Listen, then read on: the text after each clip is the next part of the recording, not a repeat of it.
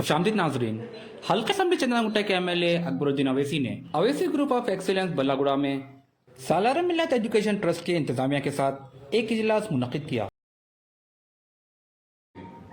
हमने किया और एक बात भी मैं बोलूँगा ज़रूर कि मजलिस इत्तेहादुल मुस्लिमीन चैरिटेबल जो ट्रस्ट है उसको भी मेरी जानिब से और मेरे चलाए जाने वाले ट्रस्ट की जानिब से 30 लाख रुपये का अतिया हमने दिया।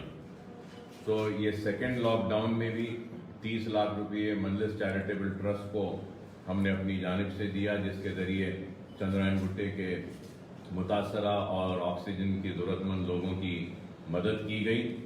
और वो मजलिस चैरिटेबल ट्रस्ट के ज़रिए ऑनलाइन जो ट्रीटमेंट किया जा रहा था उसमें भी हमारी जानिब से ताउन हुआ उस 30 लाख के ज़रिए। और फिर 20 लाख अलहदा हमने अपनी जानिब से अपने कॉरपोरेटर्स के ज़रिए कई लोगों को हमने ऑक्सीजन सिलेंडर्स की तकसीम की। और ये हकीकत है, इस बात से कोई इनकार नहीं करेगा कि मेरी गैर मौजूदगी के बावजूद भी हल्क़े असम्बली चंद्रायन गुट्टे के मुतासरा लोगों को परेशान होने से मेरे कॉरपोरेटर्स, मजलिस इत्तेहादुल मुस्लिमीन के कॉरपोरेटर्स और कारकुनों ने काफ़ी मदद की। हमारे पास पूरी फहरिस्त है कि कितने लोगों की हमने मदद की।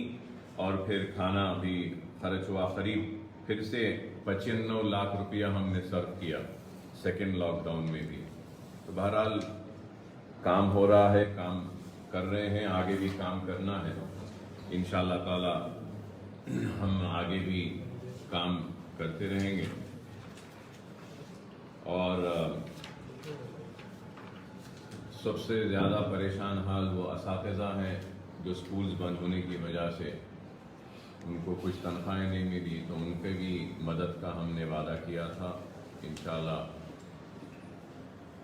हम अपने ऐलान के मुताबिक दरख्वास्तों को तलब करेंगे। हल्क़े असम्बली चंद्रायन गुट्टे के जितने टीचर्स हैं उनको हमारी जानिब से कुछ राशन देंगे और 2000 रुपये की इमदाद भी हम अपनी तरफ से देंगे।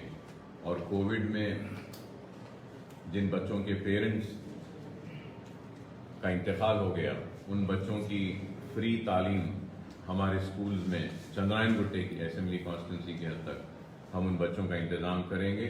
और चंद्रायन गुट्टे से हटकर भी हमारे स्कूल्स याकुतपुरा कॉन्स्टिट्यूंसी में हैं, नशीमत नगर में हैं, वहाँ पर भी अगर कोई कोविड से अगर किसी का इंतकाल हुआ किसी के पेरेंट्स का, तो उन बच्चों को भी हम फ्री तालीम हमारे नशीमत नगर के स्कूल में देंगे। और अंबरपेट में भी हमारा स्कूल है, अगर वहाँ पर भी अगर किसी के पेरेंट्स कोविड में इंतकाल हो गया है तो उनको भी हम हमारे अंबरपेट के स्कूल में फ्री तालीम का इंतज़ाम करेंगे। और इंटरमीडिएट के अगर कोई स्टूडेंट है जिनके पेरेंट्स में से कोई एक पेरेंट का भी अगर इंतकाल हुआ कोविड से, तो हम उनको भी कुछ स्कॉलरशिप देने का ऐलान करे हैं।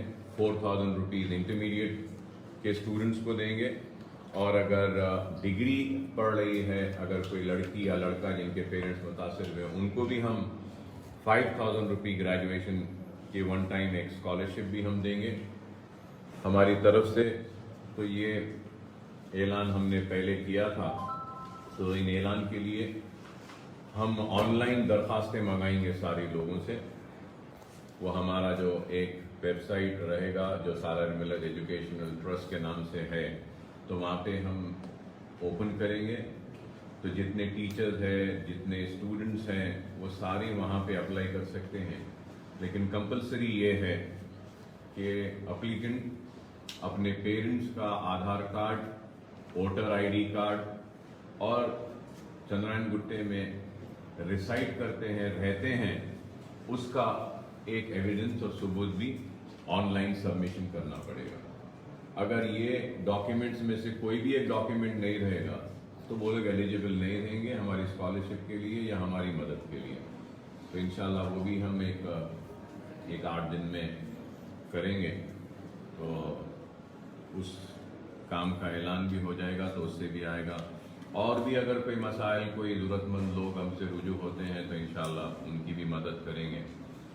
मैं समझता हूँ कि मेरी गैर मौजूदगी में मेरे कॉरपोरेटर्स, मेरे सरगर्म कारकुनान और दूसरों ने गैर मामूली काम किया है, जिसके लिए मैं उन सबका शुक्रिया अदा करता हूँ और आप सबका भी शुक्रिया अदा करता हूँ। और अगर कुछ पूछना है तो पूछ लीजिए आप।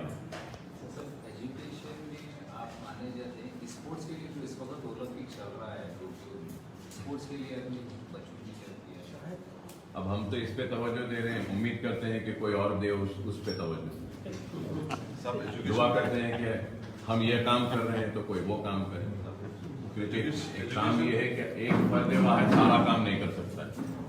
ज़्यादातर स्कूल जो बंद हुए वो बिल्डिंग रेंट ना दे पाने की वजह से बंद हुए, तो ये प्रॉब्लम को किस तरह से हैंडल करें? अब मेरी जानिब से जो मैं कर सकता हूँ वो तो ऐलान कर चुका हूँ।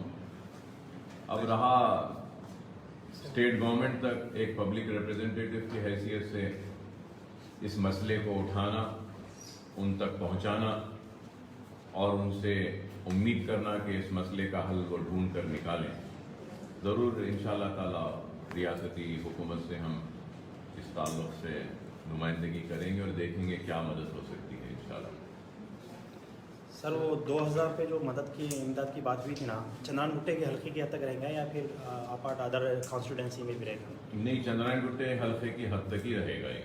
जितने भी पहले ही मैं ऐलान कर चुका हूँ, इसका वेरी क्लियर है, चंद्रायन गुट्टे की हद तक ही रहेगा।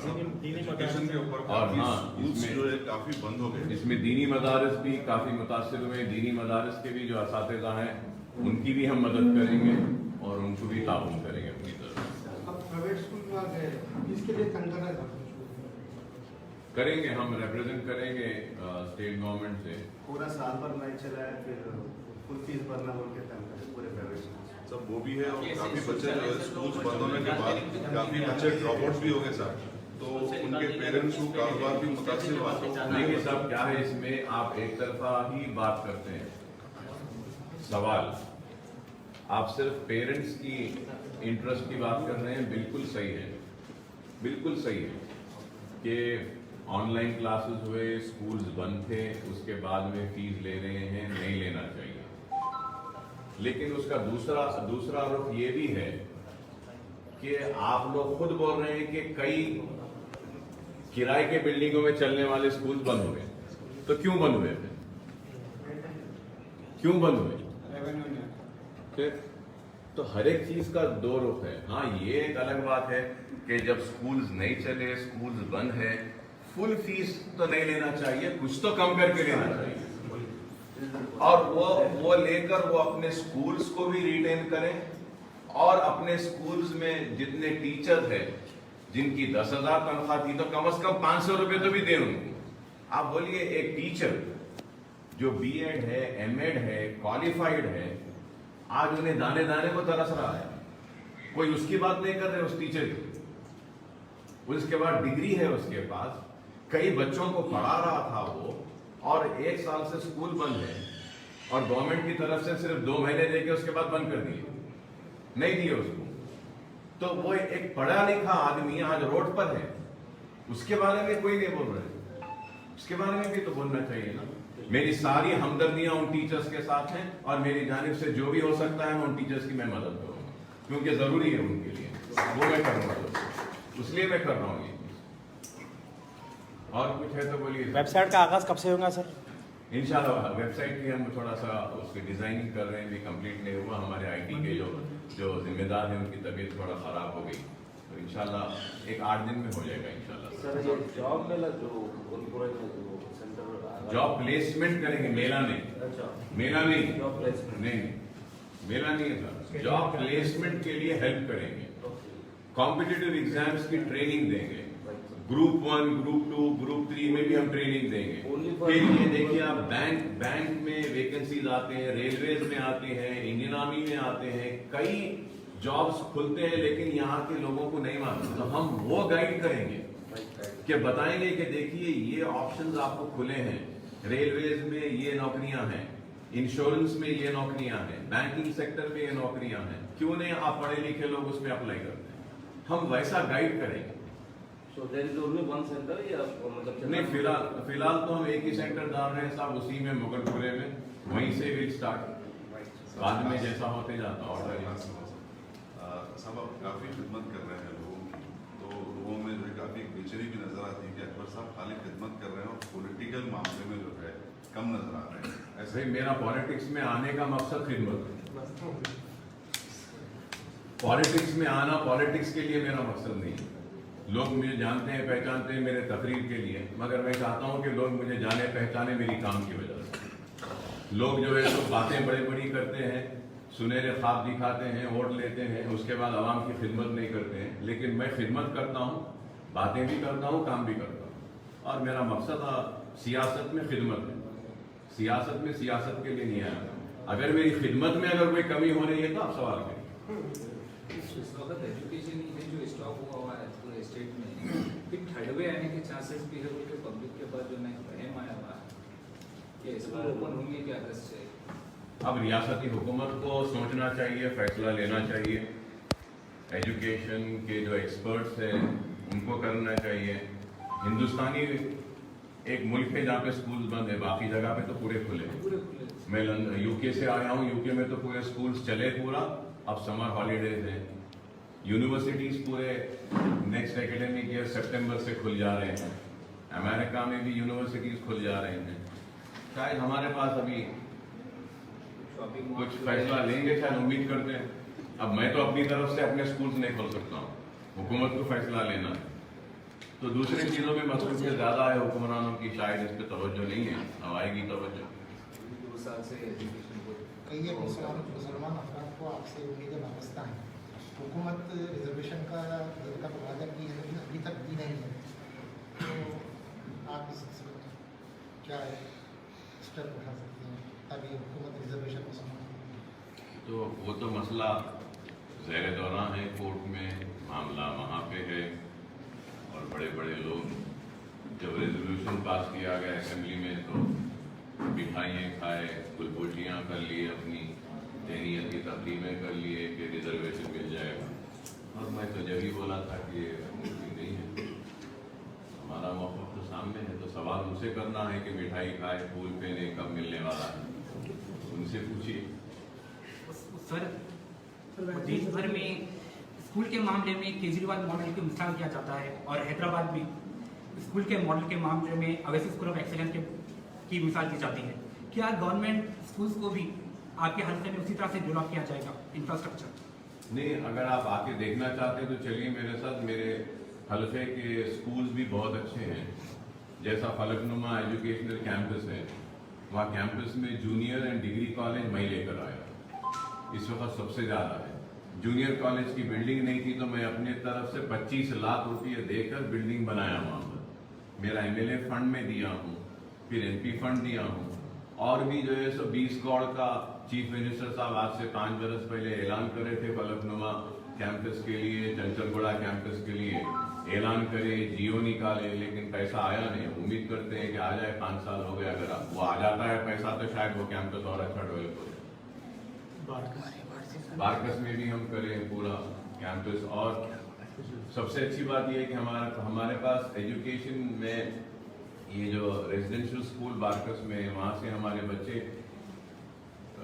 एंट्रेंस एग्जाम्स को भी क्रैक करे हैं, IITs में भी क्रैक करे हैं, तो रिजल्ट्स अच्छे आ रहे हैं। चंद्रयान गुट्टे में हमारा मेन फोकस रहता है तालीम, चाहे गवर्नमेंट स्कूल्स हो या ओवैसी स्कूल हो हमारे। हम ये कोशिश यही करते हैं कि क्वालिटी अच्छी हो और तालीम अच्छी हो, और बच्चों को तालीम के ज़रिए उनके मुस्तक़बिल को रोशन करें। और मैं ये नहीं कहूँगा कि हम मुकम्मल कामयाबी के साथ ये काम को अंजाम दे देंगे, कतई नहीं कहूँगा, लेकिन हमारी एक कोशिश है, हम जो कर रहे हैं। शायद आज कामयाबी नहीं मिले, आइंदा 10 बरस बाद मिले शायद इस कामयाबी, या आज जो पौधा जो मैं लगाया हूँ इसके फल खाने के लिए शायद मैं जिंदा न रहूँ, लेकिन ज़रूर कौम हमारी ज़रूर इसके फल खाएगी और इसके साए में फलेंगे, फूलेंगे और आगे बढ़ेंगे। मुझे उम्मीद है अल्लाह की राह। एक काम तो शुरू करें। वैक्सीन के लिए कोई रूमर्स है कि वो नहीं लेना चाहिए, लेना चाहिए, उसके बारे में? नहीं, वैक्सीन तो लेना चाहिए। वैक्सीन ही है जिसके ज़रिए हम अपने आप को महफूज रख सकते हैं। वैक्सीन ही है और तो कुछ नहीं है। अगर वैक्सीन का कोई मुतबादिल है तो वैक्सीन ना लें, लेकिन वैक्सीन ही है जिसके ज़रिए हम अपने आप को महफूज रख सकते हैं। तो मैं सारी आवाम से सबसे अपील करूंगा कि आप वैक्सीन लीजिए, अपने आप को इस वायरस से महफूज रखें। सर, कितने अवेसी स्कूल्स में वैक्सीनेशन सेंटर्स चल रहे हैं सर? हमारे पास यहाँ पे चल रहा है, लड़की फूलबाग में एक है, हमारे 2 स्कूल में चल रहे हैं वैक्सीनेशन के सेंटर्स, और दूसरी जगह पे चंद्रायण में और इलाकों में भी सेंटर्स हैं गवर्नमेंट की जानिब से, फिर ओवैसी हॉस्पिटल में भी है, तो मुख्तलिफ जगह पे। वैसी स्कूल बहादुरपुर और चांदपुर हॉस्पिटल भी अब मुगलपुरा जो है वो चार मीनार में आता ना, ये बहादुरपुर की जो देखिए मुगलपुरा जो है वो चार मीनार में ही आता है। नशीमन नगर और वो जो और एक हमारा पुराना जो साबिका डार्जिलिंग है, ये 2 स्कूल याकुतपुरे में आते हैं, तो हो रहा है काम। वहाँ पे भी और अंबरपेट में भी है। अब मेरी जानिब से जितना हो सकता है मैं कर रहा हूँ, दुआ करता हूँ कि अल्लाह साहिब इस्तिताअत लोगों को भी ऐसी हिदायत दे और वो भी ऐसा काम करे, इंशाल्लाह करेंगे। सर एक पॉलिटिकल क्वेश्चन, क्या अकबरुद्दीन अवैसी यूपी जा रहे हैं? मैं अभी यहाँ आया, अब फिर यहाँ से भिजाने का सवाल क्यों कर रहे हैं? उत्तर प्रदेश के उत्तर प्रदेश की आवाम ये चाहती है कि अकबरुद्दीन अवैसी सरजमीन का कदम रखे एज ए स्टाफ कैंपेन। नहीं, मैं- योगी हुकूमत को हटाने अभी के आप लिए मीडिया में सिर्फ एजुकेशन के बारे में बात कर रहे हैं, पॉलिटिक्स में नहीं। क्या बोले? योगी हुकूमत को हटाने के लिए उत्तर प्रदेश की आवाम चाहती है कि अकबरुद्दीन अवैसी वहाँ पर कदम रखे उस सरजमीन पर।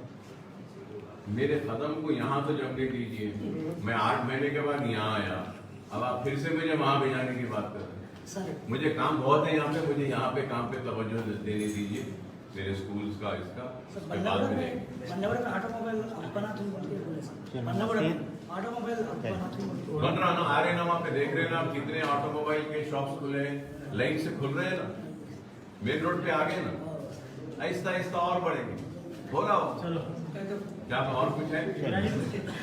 बस